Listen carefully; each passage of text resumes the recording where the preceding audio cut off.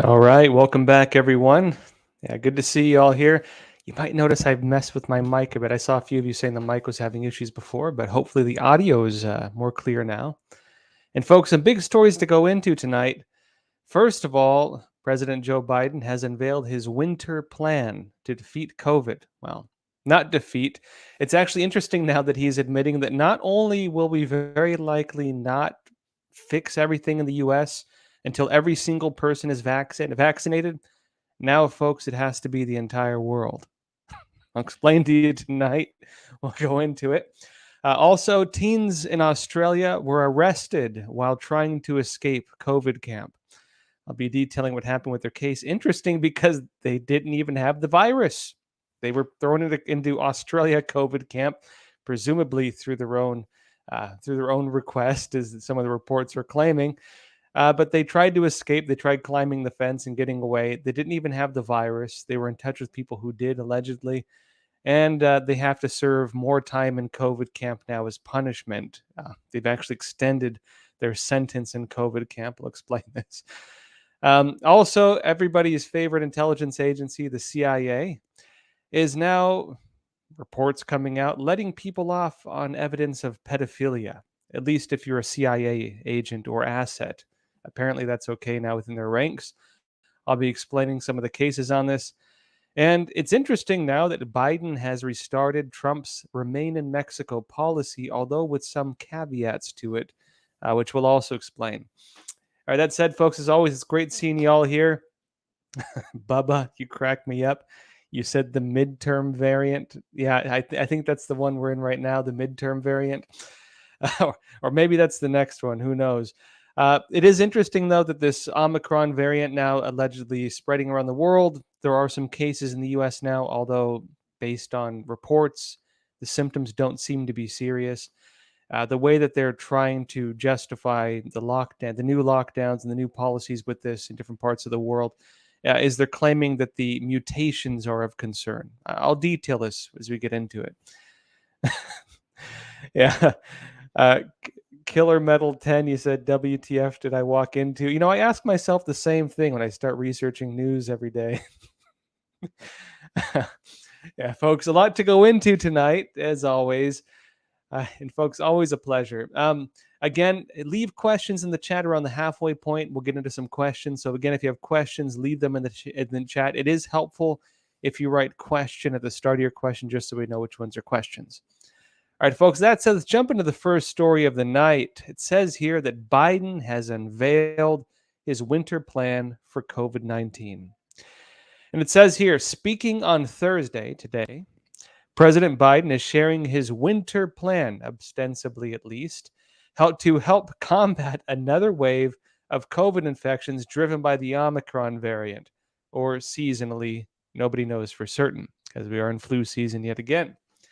Biden said in his speech that his plan pulls no punches, going based on similar statements he's made before, that anything and everything is on the table, and even claimed that his new measures would receive bipartisan support. We'll see about that, because Republicans right now, at least in the Senate, are suggesting they're going to block even the government funding package if it means financing some of the different policies the Biden administration is putting through on the vaccines. We'll see. Now, it says this, even though the U.S. has only confirmed 2 cases of Omicron, one in San Francisco and one in Minnesota, and a man who just recently returned from New York City, one of whom was vaccinated, I should note. President Biden reiterated that the Omicron variant is cause for concern, not panic. And Biden's plan will revolve around 5 key points. These 5 key points are going to be expanding access to booster shots. And notably as well, the vaccine manufacturing companies are sending mixed messages on whether the vaccines actually protect against Omicron. Some are saying it does. Some are, well, first of all, they're saying it does not. Then they're coming out and saying you might need 2 booster shots to deal with Omicron. In other words, they're just saying stuff that contradicts itself as usual. Number 2 on the list is going to be developing new policies to help students in school classrooms for longer, to keep them in school classrooms longer. Unclear how that's going to help stop the spread of the virus, especially because while a lot of schools were going the opposite way, they were closing down. Unless he's specifically talking about things like colleges that lock down on campus, but he's specifically talking about schools in general and keeping students in school classrooms for longer, including a new policy he has called Test to Stay, allowing students exposed to COVID to remain in classrooms. Now, briefly on that, Democrats have been trying to push similar policies to this for a while. It's interesting they're using the virus as a way to do it, extending the school day for kids. Now, number three, and notably, that is also a communist policy as well, going back a bit further. The idea the state should raise your kids and not you. Not saying that's what they're doing, but that was also a communist policy going back pretty far. Number three on the list is going to be encouraging free at home testing by requiring insurance companies to pay or reimburse Americans for the cost of a test. Biden will also use the Defense Production Act to speed up production of the rapid and at home tests. Now, that's, of course, for people who do have insurance. Some other details for those who don't, but you still pay for it one way or the other, of course. But for people who have Obamacare or who get free health care, including illegal aliens in places like New York City, you very likely will get free test kits through the government, taxpayer funded. Also, number four, Biden wants to develop a surge plan, as he's calling it, to respond to any future outbreaks to help communities who experience rising cases this winter in flu season. Biden says the White House has already been working with both Democratic and Republican governors to field surge response teams in areas where resources are growing thin. The U.S. has already had 20 teams deployed, but Biden wants to triple that to 60 before the end of the winter.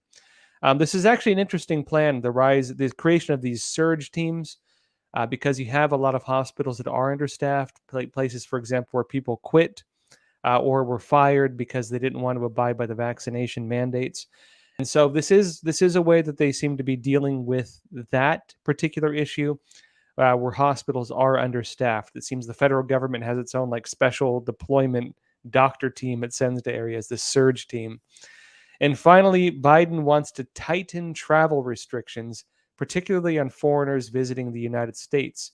From here on out, all inbound travelers must have a negative COVID test from at least 24 hours, regardless of nationality or vaccination status. And it's interesting they're including regardless of vaccination status on here, because, of course, as we've been told multiple times, the vaccine, of course, renders you immune and doesn't make it so you can spread the virus. And so otherwise, it's the unvaccinated who are the threat, right? The unvaccinated are the selfish ones because they're the ones passing on the virus, not, of course, the vaccinated, as Biden's policy would suggest, right? And as CDC statements previously suggested, I should note, which is why they revoked the policy that people who have the vaccination don't need masks. Remember, they reversed that on the grounds that people who have the virus can still have the vaccine can still spread the virus. Bit more on this, and we'll get into some other stuff, folks. Briefly, Biden, he insisted, and this is important, he insisted his plan would not include shutdowns or lockdowns. So this is what he's saying right now. We'll see if he sticks to it because some countries are moving into that. Germany has folded on that, I should note. We'll get into it a bit later. Germany's now adopting Austria's policy where the unvaccinated are going to be on lockdown. We'll see if other countries adopt it. It is spreading. Biden saying we won't do it in the U.S. And that he expects the economy as well to function normally throughout the winter. We'll see if that happens. I don't know on what grounds he's saying that, but we'll see. Most of the details of Biden's plan have been shared with the press recently, or already. They include new travel restrictions on foreigners and U.S. citizens requiring COVID tests showing a negative result within 24 hours of the departure for foreigners flying to the U.S. The federal mask mandate for airports, train stations, and other public transit hubs will be extended until March, or indefinitely. We'll see. Ultimately, President Biden said defeating COVID, here we are, folks. Biden said that defeating COVID will require vaccinating the rest of the world. And so The new bar has been set. COVID will not be defeated until not only all Americans are vaccinated, as was previously suggested, but every person in the world. We have to vaccinate the rest of the world to finally defeat this, according to Biden. We'll see what that means for a timeline on this stage possibly ending, but that's what he's saying. All right, folks, that said, a lot more to go into. And again, if you have questions, do leave them in the chat. I should mention we are still demonetized by YouTube, but luckily we do have sponsors. Tonight's episode is brought to us by Secure, a company becoming ever more relevant as privacy becomes more and more of an issue. Over 155 million Americans were affected by data leaks in 2020. The average American had their personal data stolen about 4 times over the year. People get anxious because they can't protect their online data or their online activity, right? It's hard to know if you have privacy these days. But now there's a new email and messenger app called Secure, that's Secur, that can give pretty legitimate, pretty strong privacy and security for sending emails and messages. Let me explain why. Secure's server and data center are hosted in Switzerland, which means it's not subject to the Intrusive Cloud Act, which any company using technologies from Amazon, Google, Microsoft would be. Switzerland also has the strictest data privacy laws in the world. Also, Secure does not ask for your phone number. It does not mine your data. It does not upload your contacts like all other applications of this type tend to do. Secure Messenger functions pretty simply. You add people you know, then add their secure numbers. If someone doesn't have Secure, you can send them an invite. In this way, you're protected from hackers getting onto your phone, and you have full privacy while you're on the app. Now, it's $5 for the Messenger and $10 for the email and Messenger package.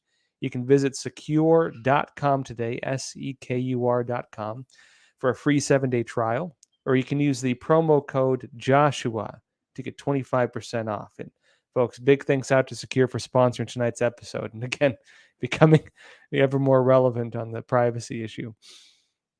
Now, that said, folks, we were talking about some of the different policies being adopted around the world to combat the Omicron variant. One of them in Australia right now is COVID camp. And there's some mixed reports. I know one of you mentioned in our previous episode that people were going voluntarily, except for the one person who went involuntarily. Of course, you need to define voluntary under the current conditions, because voluntary under threat of imprisonment or whatever else isn't technically voluntary. Maybe you go without a struggle is how it is. But folks, 3 teenagers who were allegedly there voluntarily have escaped. They escaped, they climbed the fence, they got out, and they were recaptured and thrown back in, allegedly voluntarily, we assume. The teenagers do not have the virus, which raises some questions on why they were thrown into COVID camp. And also, they're now having to face a tougher sentence within COVID camp for their escape attempt. Let me explain. It says here, this is MSN, 3 arrested after scaling fence of Australian COVID quarantine camp in the middle of the night. 3 teenagers have been arrested after escaping from a COVID-19 quarantine facility in the middle of the night.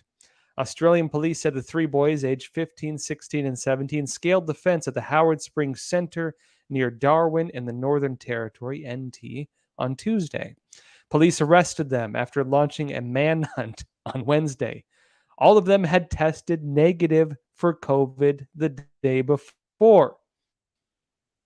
In other words, they did not have the virus, but police launched a manhunt and tracked them down. Now, NT Chief Minister Michael Gunner said at the press conference, noting all this stuff, he also said that the teens were from the Binjari community. A lot of these are the natives of Australia, near the town of Catherine in NT, the Northern Territory. They had been sent to the Howard Springs facility as they were in close contact of a previous positive case. So they didn't have the virus. They were close to someone who did. They tested negative. They escaped. They got caught. They got sent back. NT Police Commissioner Jamie Chalker told the media, this is interesting. I'll get into it. Now, first he told the media that the 3 were found on the edge of Palmerston City, where the police chased them on foot. Mr. Gunner said, Now, get this. The police chief said there was very low risk to the community. And this is an exact quote. He said the health risk to the community was very low. So that does give cause for comfort. Folks, if the health risk to the community was very low, then why take people and throw them into quarantine camp involuntarily and then track them down and have a manhunt after they test negative for the virus? If it's a very low health risk to the community, then does the very low health risk justify throwing them in a quarantine camp, one that they have to escape from by climbing a fence? You tell me. Now, he, however, added that there was absolutely no excuse for the actions of these three this morning. Mr. Gunner said the teenagers' escape would mean that their quarantine will now be extended, meaning that they have a harsher sentence in quarantine camp. Now, the teenagers' escape would mean that their quarantine will now be extended. And he said, absconding from the Howard Springs isn't just dangerous, it's incredibly stupid because we will catch you and there will be consequences. And that's his quote. Anyways, folks, I'm sure that they're there voluntarily and everything's fine and that the escape was an accident. We can only assume because, of course, they must be there voluntarily. Meanwhile, in Germany, they've now announced what we were kind of expecting them to announce. Germany has announced national lockdowns, but only for the unvaccinated. Now, this is following the Austrian policy. Austria was actually pretty far behind Europe in terms of having people getting vaccinated. And so they instituted one of the strongest lockdown policies in the world, which is a lockdown, but only for people who refuse to get the vaccine. There are now two classes of citizens, the vaccinated and the unvaccinated. The vaccinated have freedom and have rights. The unvaccinated do not, at least in Austria. Ironically, this is very much like apartheid, only, again, the classes are not based on race. Classes are based on vaccination status. Now, it says this, which is interesting because in a lot of other places, as they're noting, people with the vaccine can still spread the virus, hence Biden's winter policy, which we discussed previously. Now, it says this, exiting, Chancellor Angela Merkel announced on December 2nd that Germany will lock down unvaccinated people, as top officials have signaled that they would back plans for mandatory vaccinations in the coming months. Now, briefly on that, them signaling that they're going to back mandatory vaccinations in the coming months. Remember the context of that is that Germany is really not just leaning towards Austria's policy. They're leaning towards even stricter policies, mandatory vaccinations. Again, the types of policies Austria adopted initially, just the quarantine. If you don't want to get vaccinated, you lose many of your basic rights and freedoms if you choose not to get vaccinated. But they are talking about going further with it. Again, mandatory vaccinations. Merkel said individuals who are not vaccinated for COVID-19 will be excluded from non-essential stores and cultural and recreational venues. The Bundestag, Germany's parliament, also will consider a general vaccination mandate as a possible next step to this. And folks, will see where it goes because again, you're seeing differences in different countries, and you're seeing some very strong approaches currently outside of China, where the Chinese Communist Party has pretty brutal facilities like this, quarantine facilities, something they've been doing for well over a year now. Really, Australia is the main country leading the charge in terms of replicating the China model. Interestingly, in Darwin, Australia, again, as we mentioned, because Darwin, Australia, those of you who watch the show for a while might remember, Darwin, Australia was one of the first places outside of China, at least in the Western world. You have some countries in Africa and Latin America who've done it, but the first major country outside of China in terms of, like first world country to implement the Chinese Communist Party's social credit system. specifically in Darwin, Australia. Of course, they don't call it that. They call it Smart City Program. They call it these other things. And they claim that they claim they weren't going to use it for this type of totalitarianism, the type of totalitarianism that you see under the Chinese Communist Party. Um, Briefly on this, the social credit system is basically the Chinese Communist Party's system of determining who has freedom and who does not. You get a social credit score. So kind of like you have your credit score with your credit card company. This is like your credit score with your government, and whether you adhere to government policy, whether you support what they're doing or do not, will determine your freedom or your oppression in the society. In China, that can mean something like if you believe in religion, your credit score is lowered. It could mean that if you're a Muslim and you refuse to drink alcohol, your credit score is lowered. Or if you're not a Muslim and you choose to drink too much alcohol, your credit score is lowered. Basically, something to enforce the CCP's method of totalitarian high-tech governance. Darwin, Australia adopted that, and now Darwin, Australia is the leading in the free world, as free as it is these days, with these types of policies, which is interesting to watch. That being said, folks, a lot going on. Israel also has some very strong policies coming out as well. Germany, Austria, two of the other main countries that have the strongest policies. In Israel also, they've now begun using their counter-terrorism phone tracking system. We would assume for some kind of contact tracing or monitoring for certain keywords, like people may be messaging to friends or family if they believe they have symptoms of the virus.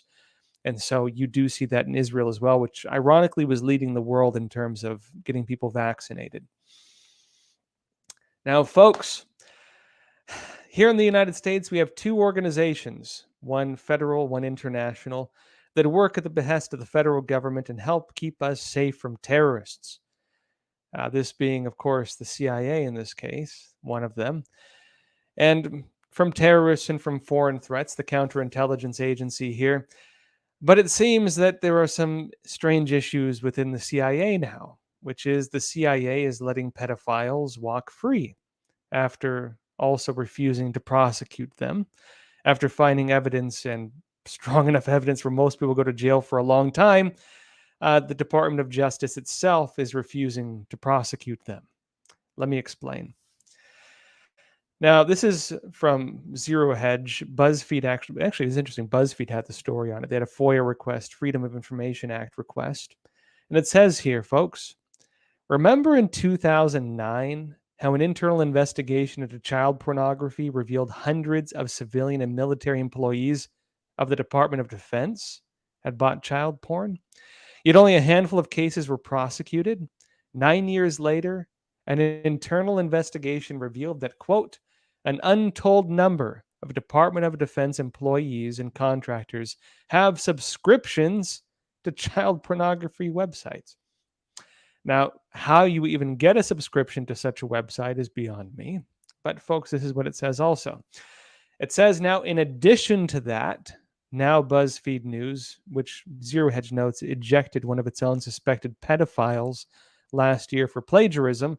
I believe the individual who targeted, Zero Hedge, reports that the CIA has, quote, secretly amassed credible evidence that at least 10 of its employees and contractors committed sexual crimes involving children. Yet while most of the cases were referred to U.S. attorneys for prosecution, only 1 out of the 10 of these individuals was ever charged with a crime. And that one individual who was charged was also allegedly mishandling classified information. The rest were sent back to the CIA to handle internally, which meant few faced any consequences, quote, beyond the possible loss of their jobs and security clearances. Now it says this, details of the egregious pass given to them, given to said agency employees, were revealed in a Freedom of Information Act request, lawsuit. Now, BuzzFeed reported this in addition. It says one employee, just noting the cases and what they were actually facing, one of these employees had sexual contact with a 2-year-old and a 6-year-old. That individual was fired for that. No prosecution. A second employee purchased 3 sexually explicit videos of young girls filmed by their mothers. That individual only resigned, he was not charged. A third employee estimated that he had viewed up to 1,400 sexually abusive images of children while on agency assignments. The records do not say what action, if any, the CIA took against him. It's unclear whether he was working on assignment investigating this or if this was his own sick entertainment. A contractor who arranged for sex with an undercover FBI agent posing as a child only had his contract revoked. Only one of the individuals cited in these documents was actually charged with a crime. In that case, as in the only previously known case of a CIA staffer being charged with sexual crimes, the employee was also under investigation for mishandling classified material. Now, what does it mean, folks, when you have basically 2 systems of law in the country, one for the people in power and one for the average citizen? It does call into question the integrity of law, unfortunately, especially when it's crimes of this severity, crimes that are extremely severe by most people's belief. Now, they're not the first. Remember this. Remember back in 2018, and just putting this into some broader context, when there was a dossier on United Nations aid workers, and they found that UN aid workers had raped 60,000 people, as its organization also employs 3,300 pedophiles. The United Nations, remember that? Remember also in 2018, there was the former senior UN official who was facing pedophile charges in Nepal. This is one of the problems, folks, when the systems of federal and international enforcement of law, the ones we expect to be investigating and prosecuting individuals committing the exact crimes we've noted, are themselves the ones committing and not facing prosecution in this case for the exact crimes that we believe that they should be investigating. Unfortunately, these are issues that I think cause a lot of doubt about the integrity of said agencies. But of course, the way you typically reinstate integrity within a system is by equal representation under the law, equal punishment under the law, right? Lady Justice is supposed to hold her scales and hold her sword, but she's also supposed to wear a blindfold. Law is not law. Law becomes tyranny if it only applies to one class of citizens. And if those classes of citizens are divided between those who work for the government and those who are citizens of the government, and the ones who work for the government are somehow immune to prosecution, it does raise, of course, issues of the integrity of said agencies. Now, I'm not saying these issues can't be fixed, but it would be interesting to see whether the FBI or whether the CIA would choose to prosecute these individuals. All right, folks, that said, let's jump into some questions. I have a lot more to go into after this as well. I want to talk about Biden restarting the Trump era Remain in Mexico policy, because that is now happening. Also, folks, Roe versus Wade may get overturned. The Supreme Court is hearing it right now. It might happen. They're suggesting it might happen. I'll detail it. But first, let's jump into some questions, folks. So if you do have questions, leave them in the chat now. Briefly as well, just want to mention again, we do now have our own uncensored video platform. So if Crossroads ever gets the old YouTube Pulitzer, you know where to find us. If they delete our channel, you know where to find us, which is Epoch TV. That's epochtv.com/Crossroads. Be sure to check it out. We have the link in the description below. We have a lot of other shows there too, a lot you can't find anywhere else. One of them is Counterpunch with Trevor Loudon, and he has a very interesting story about how Marxists have infiltrated many churches across the United States. Not a new issue. This has been going on since the time of the Soviet Union, infiltrating, for example, the World Council of Churches, pushing things like critical race theory. Important to know about, folks, to help you differentiate on what you're being taught, right? Let me show you a quick trailer now of what Trevor's been talking about. It's really, really interesting stuff. Today, I'm a very proud man. It's taken over 3 years, but we've finally launched our full-length documentary, Enemies Within the Church. Now, in our movie, we blow up a lot of sacred cows. A lot of people, a lot of Christians watching the movie will be shocked because many of the people we expose are respected. They write books, they lecture at colleges, they hold massive conferences. Thousands of young people go to church every Sunday. They'll hear a watered-down version of love and lots about critical race theory, ending white privilege, refugee resettlement, etc. And they think that is the path to salvation. That is the path to hell on earth. And there's a good reason for that, because it's promoted by Marxists and communists, and ultimately they are disciples of the devil.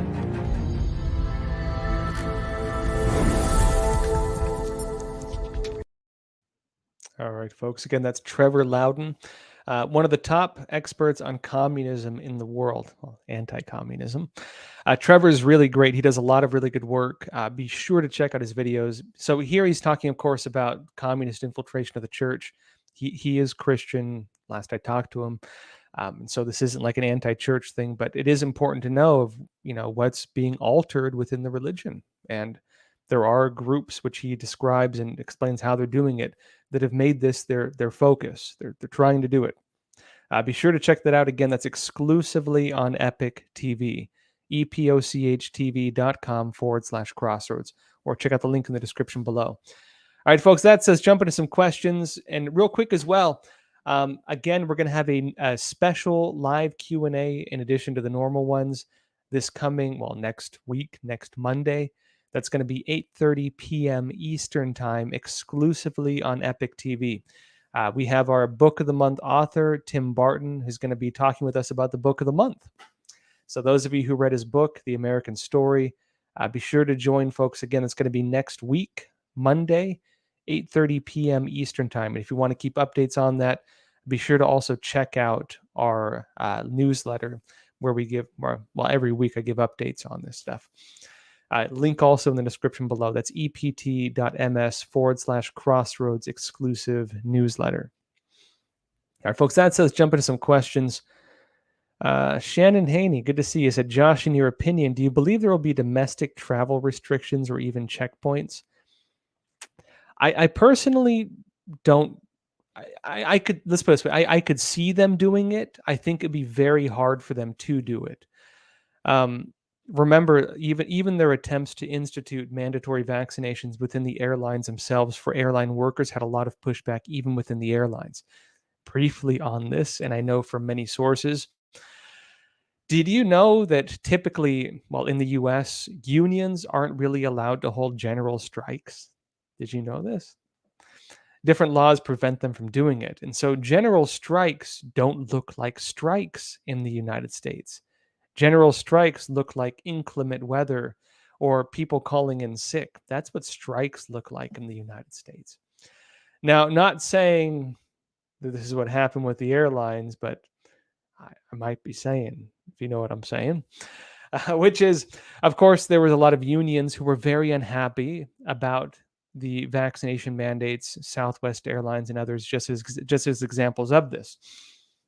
And of course, they were blaming their, lack of service, lack of employees, and had to shut down travel and so on. They were blaming this, of course, on inclement weather, which seemed to somehow only be impacting one airline. You tell me why that was. In other words, on your question, Shannon, on your question, I think it'd be very hard for them to implement policies like that, basically. I remember, in fact, even traveling when there were harsher lockdowns. Of course, journalists were considered essential workers, so I was able to still travel a lot. They, of course, made it so traveling back into New York, for example, you had to go through like vaccine checkpoints. You'd be amazed how many people didn't even pay attention. A lot of people just walked right by them. The level of lack of cooperation, or peaceful non-cooperation, as Gandhi would call it, you found in the U.S. was actually really striking. And so it would be hard for them to do it, because I think even previous policies that were not as extreme as that were very hard for them to do. Even now, for example, the Medicaid mandates and all these stuff, they're being put on hold. It's very hard for them to even do the things they've been trying to do currently. Next question is from Not My Halo. He said, good to see you. He said, Joshua, sanctuary cities, the new policy for migrants that allows the religious protection should they use the rosary anywhere becomes a sanctuary. Rosary policy. This is huge.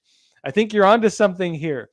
I mean, I've actually been wondering where I apply to become, an illegal alien. I mean, it seems like they got it made. You can get free housing relatively. You get all kinds of benefits. There are organizations, NGOs that help you apply for like all these different programs.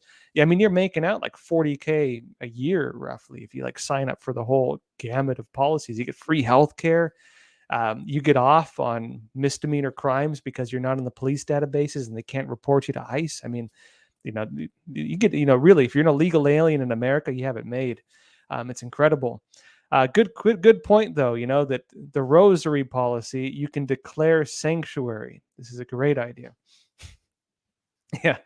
Mall Dog 1,000. He said $400,000. Yeah, that's right. Biden wants to give you $400,000. I mean, it's incredible. I mean, where do I sign up? I don't know. Briefly on that as well, I mentioned before that I was in Texas touring the border and also went into Mexico. I'm working on some special features for y'all. I kind of hesitate on giving too many details on the stuff I'm working on because I don't like to promise stuff until it's done because sometimes it just takes a while. But folks, I do. You might notice we haven't been publishing as many interviews lately. The reason for that is I've been transitioning the interviews to investigations. And so we, of course, still have the live Q&As like the one you're watching right now on Crossroads. But we're also going to be doing investigations now. And so hopefully the first of those is going to be out relatively soon. I'll keep you updated on it. We've gotten some very interesting information, different whistleblowers stepping forward, telling us some very interesting things about possible religious discrimination in the military related to COVID-19 vaccines. I'll be keeping you updated on that. Also, I was touring the border, going into Mexico, and found some very interesting things about the so-called border policies the U.S. has, because frankly, folks, it's a big charade. The United Nations, its Organization of International Migration, OIM, is basically running the operation. The migrant crisis is being facilitated by the United Nations under OIM.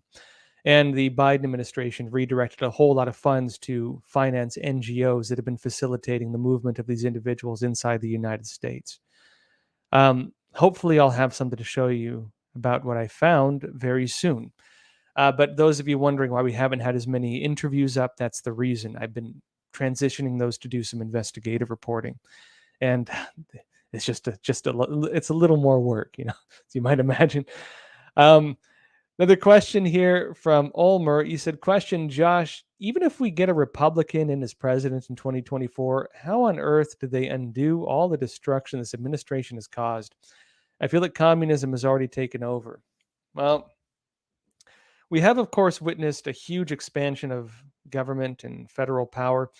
You've also seen, actually, that a lot of the stuff that Biden has attempted to do is mostly through executive order, which means that an incoming president could very quickly undo it.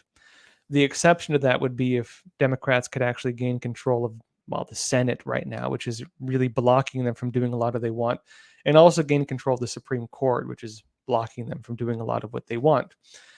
Of course, they've talked about packing the court. It seems that based on their initial research into packing the court, remember the organization that Biden assigned to investigate how to do it and the possibilities of doing it, they actually kind of came out and said that it's probably not a good idea.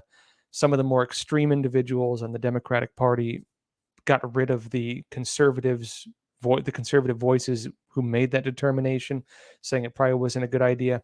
But it'd be very hard for them to do it. Even Democrats in the Senate are saying they wouldn't vote for it, which means they wouldn't even have the votes to do that if they tried, unless they gain seats in the midterm. It's possible that Democrats will somehow have like a landslide in their favor in the midterms. Currently, it's looking like it's going to be the opposite. So to answer your question, you're watching a lot of shock and awe right now, right? You're watching things shift really strongly all at once. In reality, it's mostly moving towards the same policies that the establishment had going on under Bush and Obama and pretty much every previous administration, just kind of shifting it back to where I think a lot of people wanted it to be had Trump never happened. Trump changed a lot of things. Biden reversed pretty every one of those that he could. But the cultural fabric in this country, I think, is already fundamentally different, as are the parties in America. They're fundamentally different. And so, yes, while you're watching a lot of what Trump did get unmade, a lot of it, again, is through executive order, which could be overturned day one and under a new administration if they wanted to. And also, the culture hasn't been unmade. There's been a huge shift in this country that I think isn't really seen as much because of the social media censorship and the media censorship. You don't really see much of this because of that, but it's still there. And frankly, I believe that it's going to become very noticeable very soon, especially once Trump releases his own social network, because all those who've lost their voices are going to have their voices back. Remember, a lot of the real heavier shock and awe stuff is not being done by the government, because the government has limitations on what it can legally do.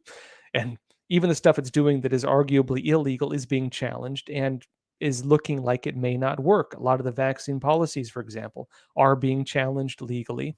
Many things are being challenged legally, and they're losing, right? Even the Remain in Mexico policy we discussed, the Biden administration's attempt to do away with it was put back into place by a federal court.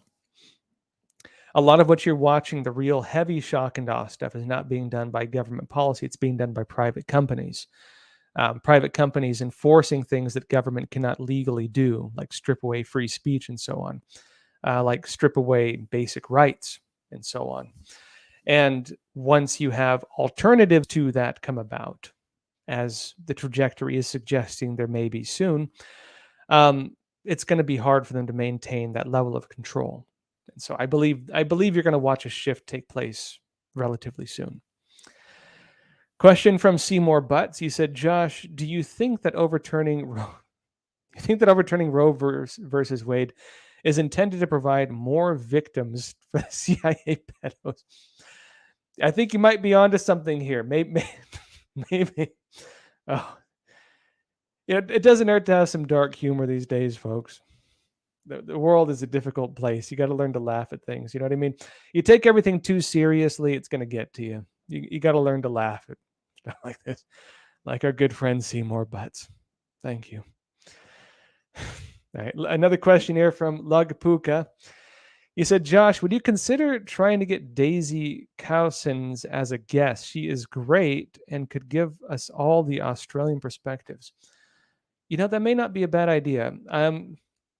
That said, folks, if you have suggestions for investigations, let me know, because I'm hoping to do quite a lot on this.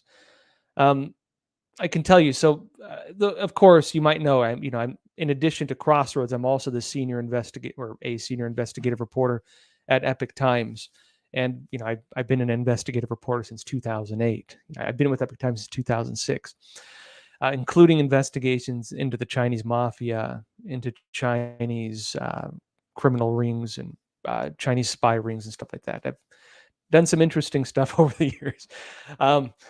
But the one of the ways I've learned to do investigations is I like to do multiple investigations simultaneously, because naturally sometimes you don't find anything, and sometimes they take a long time. And so I like to do a lot at once. And so if you do have suggestions on things that should warrant investigation, please do tell me, because I'm always looking for ideas. And last question, then we'll jump into some more stories. This is from Mike HTC13. He said, hi, Josh. I hope you and your family are well. Thank you. Yeah, we're doing well.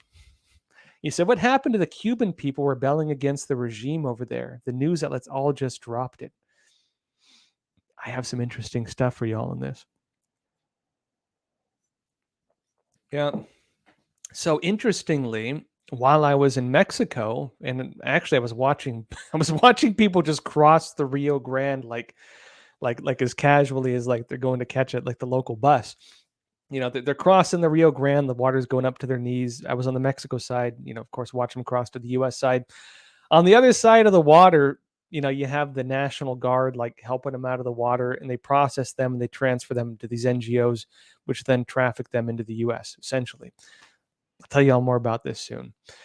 I actually I mean, there was groups going through, and I mean, littering the ground. You see ID cards and passports because they want to hide their true country of origin. A lot of times, they're just littering the ground, covering the ground. It was incredible. You see plane tickets, folks. You see prepaid credit cards with the United Nations logo on them. I'll show you this all hopefully soon. I'll keep you updated on it.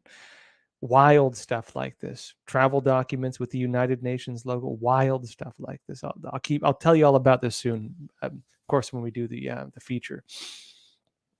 But actually, I interviewed a group that was crossing, who honestly made me a bit hopeful about the people who are crossing. I mean, so I interviewed a family. It was a father, a mother, and their kid. The kid looked like he was maybe 10 years old or something like that. They were Cubans. And, I got in a conversation with them, and they were very, very anti-communist. They were very, very, very anti-communist. And they were telling me that there's well over 1 million Cubans looking to come into the United States. That basically they're helping each other, they're helping finance each other. I mean, this guy was dressed nice. He was better dressed than I was. Like he had like dress shoes on. He looked like he was well off. But they're not fleeing because of financial reasons. They're fleeing because the Cubans, at least, are facing actual tyranny under their government, and they're looking to come here, folks.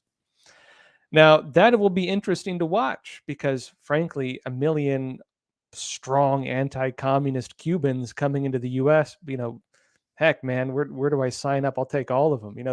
If they were like this family, they're going to do a lot of good for this country, I believe. And to be honest, it made me see these things aren't black and white. You know what I mean? You can't view everything as black and white. There's a gray area. These were genuinely good people who know, of course, I think you should check them out. I'm sure not all of them are, clean slate. The ones I interviewed were genuinely good people. And frankly, I think would have a really positive effect if they did come here. But on your question, though, asking about Cuba, the Cuban Communist Party, the Cuban regime so there was going to be huge anti-communist protests in Cuba. You had them ongoing for a long time. They were planning to hold another big anti-communist protest. The Cuban regime just shut it down. And based on what I've been told, a lot of those individuals, instead of trying to fix their own country, they're hoping to come to the U.S. Well over 1 million of them by their statements. All right, folks, that said, let's jump into some more stories. On this note, let's talk about the Remain in Mexico policy. So, folks, the Biden administration is now restarting the Trump-era Remain in Mexico policy. This is something that they're trying to challenge still because it's not something they want to do. The administration is appealing this. But, of course, there was a court order saying that they have to reinstate it because it's what they legally have to do. They tried not doing it for a long time. They didn't do it for a long time. But now it seems they can no longer avoid it. And it says here, this is BBC reporting, it says would-be asylum seekers who cross the U.S. southern border will be sent to Mexico to await claims decisions following the restart of a controversial program. The U.S. and Mexican government said Thursday, because the U.S. had to get buy-in from Mexico, said Thursday that they will reinstate the Trump-era policy known as Remain in Mexico. U.S. President Joe Biden had suspended the program, calling it inhumane. A court order forced a reversal, however.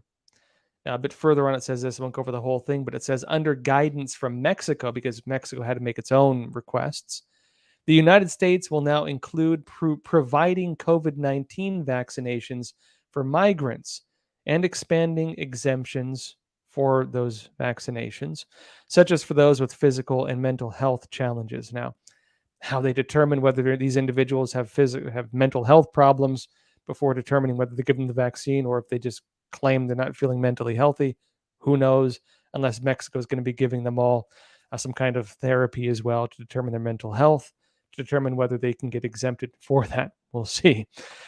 But also at Mexico's request, the United States has agreed as well to limit time spent to 6 months for each asylum applicant, which is going to be very interesting because, as we all know, the asylum process in the U.S. is really gummed up.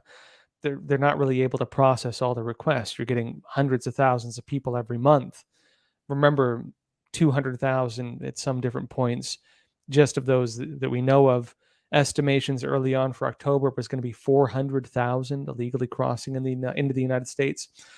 Briefly on this, I can tell you because, again, I was just at the border and in Mexico reporting on some of this stuff. You have two different groups crossing into the U.S. essentially. Typically, the Mexicans, Central Americans, the ones who are not eligible for asylum typically, although a lot of them are applying because it's a very easy way to get in. A lot of them crossing illegally into the U.S. who are from Mexico or Central America are crossing at night, or they're trying to avoid the checkpoints and so on, because if they're caught, they get sent back. The second group, though, are the ones applying for asylum directly. These are typically your Haitians, your Venezuelans, and your Cubans. I can tell you when I was in Mexico, littering the ground, you see Haitian ID cards from Chile, which is why they're discarding their ID cards, because if they're in Chile, of course, they're not eligible for asylum because they're already in a safe country. And so they discard their IDs before they cross. But typically, again, Haitians, Cubans, and Venezuelans would be eligible for asylum. And so typically people of those groups will go directly and just turn themselves in and then go directly through the asylum process. Now, we'll see how this goes in terms of processing them, but this is the new policy that they are going to be trying to increase the pace at which they process these individuals to 6 months for each asylum case. They will be waiting in Mexico. Based on what I was told by individuals in Mexico, interestingly, you find that a lot of the people in the border communities, a lot of them are very Democrat, typically voting in the U.S., right? They're very blue places, usually mostly Latin American descent. A lot of Latin Americans, but a lot of them actually really don't like the people who are legally crossing because they kind of see it as, a lot of them have family themselves who are trying to get into the U.S. or trying to go through application processes. And so they see this as kind of like a blow against them personally, that their own family members are getting pushed further back in the line. And so a lot of people crossing don't stay on the border communities. In Mexico, it's actually a bit different. In Mexico, in the border communities, a lot of them actually support the migrants if they're not staying there. They support them traveling through, right? The businesses get more business, they get more money. A lot of the people crossing are not poor. they're not poor. A lot of them are very nicely dressed and so on, right? They're not people in poverty, a lot of them. And so, of course, they spend money while they're there and so on. But if you have them waiting in Mexico now for 6 months each, that may change, because I was told that they didn't like them when they were staying there. So we'll see what happens with this, and we'll see how this policy develops. Now, briefly on this, Republican senators, there's a GOP bill now that would block the Biden administration from paying illegal immigrants. Biden has suggested, he denied it at first, then said he would, that they do plan on trying to pay illegal immigrants who believe that they have been hurt personally if they were separated from their families while trying to cross illegally into the U.S. Typically, of course, if you're arrested, you're going to be separated from the people you're with, especially children, because there's the risk of them being trafficking victims, many of whom are, which was the grounds for that Trump policy, separating them in the first place. But the Biden administration is looking to pay them each $400,000-ish or up to, depending on their situations. Republicans are now trying to block that. Frankly, it's going to be interesting because this is my personal analysis, the day that Biden and the Democrat Party begins giving $400,000 to people crossing illegally into the United States because they claim to get their $400,000 that they were emotionally hurt by that policy, The day that happens is the day that the Biden administration loses a whole lot of minority votes in this country. I'll tell you that right now. Because a lot of people who believe that they should get reparations, for example, hint, hint, right? Or people who believe that there's the haves and the have-nots and believe they're getting the shorter end of the stick are going to be really unhappy if they start seeing people crossing illegally into the United States and breaking American law are getting paid almost $500,000 to do so. They're going to be pretty unhappy, I guarantee it. We'll see how that goes over. But again, they are trying to block it. Biden is saying they're still going to try to move forward with it. At the same time now, and this is important, Dr. Anthony Fauci is saying that the Biden administration does not have the capability to test all illegal immigrants crossing the border for COVID-19. They're saying they don't have the capability to test them all, let alone vaccinate them all, as they're now saying they might do, which does raise some questions over how the U.S. is going to meet this agreement with Mexico, unless Mexico has a capability that the United States does not have to get that done. We'll see, folks. All right. It's getting late, but I want to go over one more story with y'all because this is important. Folks, the Supreme Court may overturn Roe v. Wade. This is, of course, one of the main policies that has made abortions in the United States mostly legal. And we're watching now that the Supreme Court, they're of course looking into this, they're hearing it. It's suggesting now that based on what we're watching, that they may actually overturn Roe v. Wade. Let me explain. It says here, this is Epoch Times, it says the Supreme Court seemed open to the possibility of answering Mississippi's call to scuttle Roe v. Wade, the perpetually controversial 1973 ruling that wrested the regulation of abortion from the states and made abortion lawful throughout the entire country. Roe v. Wade is in, quote, egregious wrong decision, Mississippi Solicitor General Scott Stewart said during the oral arguments on December 1st, and said Roe v. Wade and Planned Parenthood versus Casey haunt our country. Now, he was referencing Roe's companion ruling from 1992, which held that states cannot impose significant restrictions on abortion before a fetus becomes viable for life outside the womb, somewhere around the 24-week gestation mark. And this is another quote. It says, they have no basis in the Constitution. They have no home in our history or traditions. They've damaged the democratic process, referring to these policies. He said they've poisoned the law. They've choked off compromise. For 50 years, they've kept this court at the center of a political battle that can never resolve. And 50 years on, they stand alone. Nowhere else does this court recognize a right to end human life. Now, the case currently, the one that's in question, is Dobbs v. Jackson Women's Health Organization, Court File 19-1392. A challenge by the only state-licensed abortion clinic in Mississippi to the Gestational Age Act, which allows abortions after 15 weeks gestation only for medical emergencies or severe fetal abnormality. Citing Roe, lower courts held the statute was unconstitutional. Now, folks, we'll see how this goes. Now, it's interesting to see there was a battle on it because this could determine quite a lot. There's the possibility the court could rule to get rid of Roe v. Wade. There's a possibility they could rule to keep it. And whichever direction they go on this is going to determine, I think, where the abortion argument goes, because if they reverse it, it turns back the clock. If they reverse it, it means Democrats very likely turn back to try to reinstate the same policies that Roe v. Wade represented.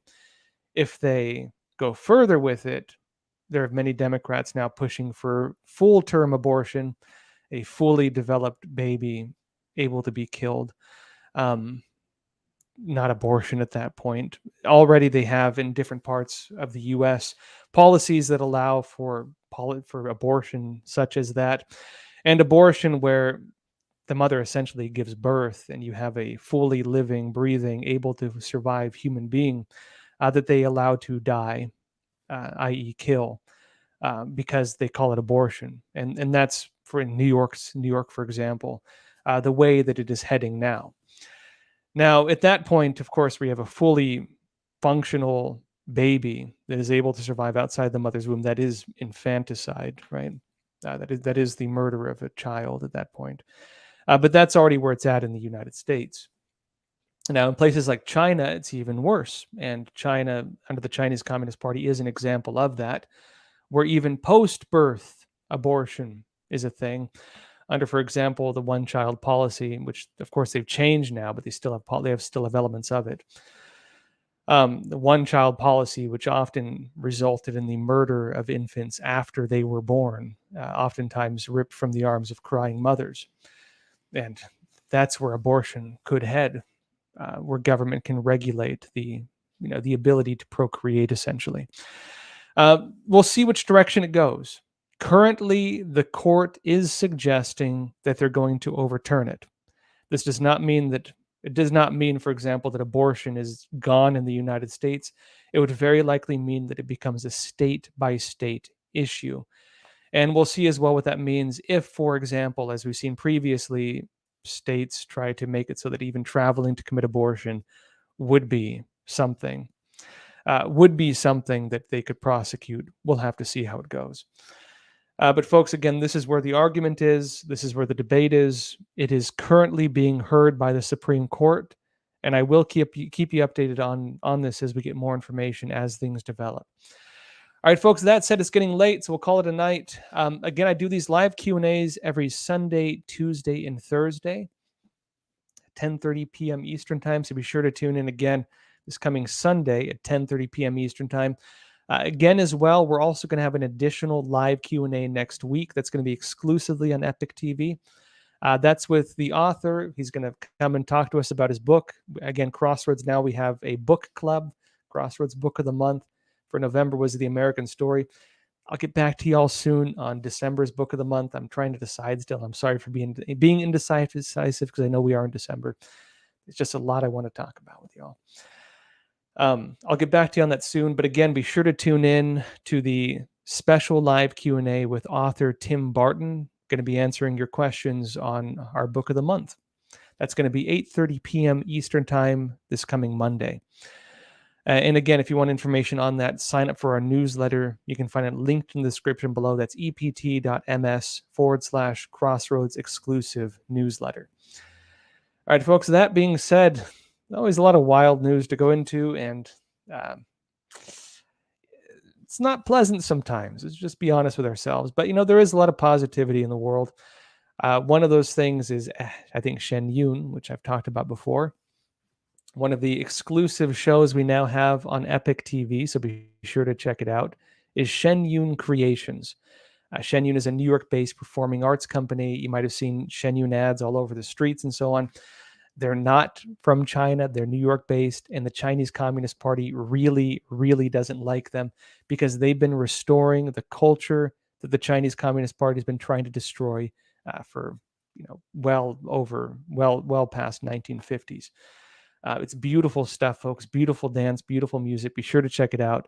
We'll end the show on something positive. I'll show you a quick trailer of what they're working on. Again, check out their channel on Epic TV, epochtv.com/Crossroads. That said, as always, folks, if you want to help promote this show, get the word out. It still does help if you like and subscribe. I do appreciate it. I know we're demonetized, but it still does help us. And folks, if you want to go the extra mile, you can tell a friend or family member about Epic TV. It really does help us as well. That said, as always, folks, please take care of yourselves, stay informed, and stay free. Thank you.